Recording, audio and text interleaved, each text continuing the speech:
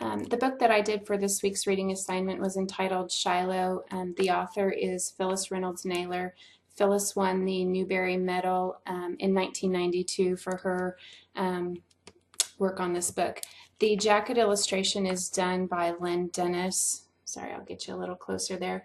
The front cover is a picture of Marty and a dog named Shiloh that this story is about.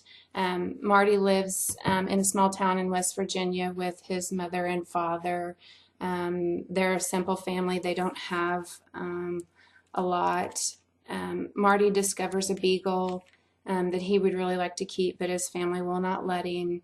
The dog is owned by a man named Judd Travers that mistreats the dog. The dog escapes again, and Marty keeps him for several days.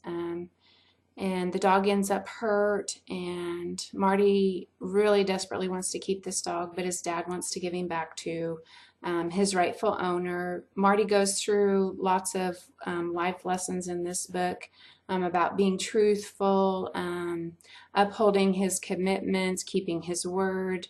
It really is a heartwarming story, and a lot of children would enjoy it. It is a chapter book. There's no illustrations inside the book.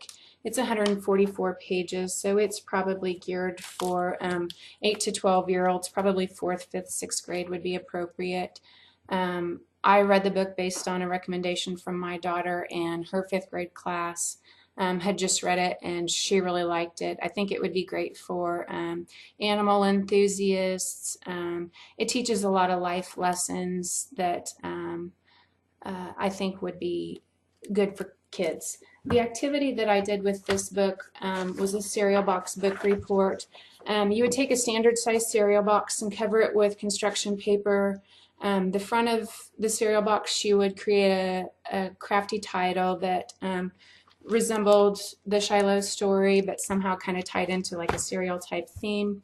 On the front, you would put an illustration and a quick summary of the story. On one side, you would do characterizations, identify the main characters, and tell about their characteristics. On the opposite side, you would rate the story.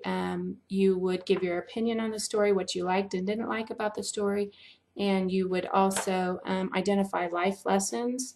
I really like this activity because kids could be as creative as they wanted to, but at the same time they would work on their summarizing skills, they would interpret life lessons, and overall I just thought it was a great read, and I enjoyed the book, and I think students would too, and I really enjoyed the activity. Thank you.